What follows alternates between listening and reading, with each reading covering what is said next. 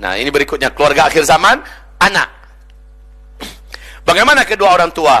Saya memohon kepada ibu bapak semuanya, kalau anak-anaknya masih kecil-kecil sekarang ini, masih usia-usia kelas SD atau akan masuk SD, alhamdulillah, saran saya di akhir zaman ini totalkan anak kita belajar agama full.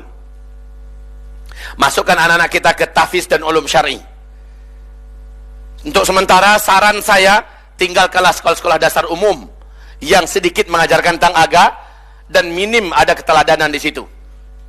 Karena yang kita hadapi ke depan tidak akan bisa diatasi oleh anak-anak yang hanya jebolan SD atau jebolan SMP dengan pelajaran kualitas yang ada di SMP. Yang adalah anak-anak suka tawuran yang kita lihat sekarang.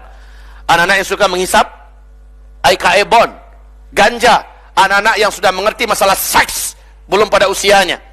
Anak-anak yang pandai melawan pada orang tuanya dan menuntut adanya benda celaka macam ini. Lalu dia sudah menonton apa-apa yang tidak pantas dia tonton dan dia tiru, dia praktek kepada kawannya. Untuk di akhir zaman ini, saya sarankan kepada setiap orang tua yang anaknya masih kecil-kecil, masukkan anaknya ke tahfiz Quran, pondok-pondok pesantren. Masa depannya bagaimana? Ke depan yang memimpin dunia bukan lagi barat. Ke depan yang memimpin dunia bukan lagi pola dan gaya peradaban barat. Selamat tinggal. Menurut Allah dalam Al-Quran, menurut hadis Rasulullah, ke depan yang memimpin dunia adalah khilafah Islam. Maka yang akan memimpin dunia adalah mana yang ilmu agamanya luas, yang akhlaknya tinggi, yang pengetahuannya tentang agama ini mendalam, dia yang akan memimpin dunia, insyaAllah ta'ala. Jadi jangan cemas, anak-anak kita ini punya masa depan. Anak saya sudah tamat SD, Ustaz, masukkan dia ke pesantren 3 SMP. Anak saya 3 SMP, Ustaz, kalau bisa masih bisa dihijrahkan ke pesantren, hijrahkan. Tapi itu anak-anak baru bisa dihijrahkan kalau keluarga itu sudah diajarkan tentang akhir zaman. Dia kelas 2 SMP nih, tapi dia mendengarkan tentang akhir zaman. Ya Allah, ternyata kita memang benar-benar sudah di gerbang menuju kehancuran alam semesta.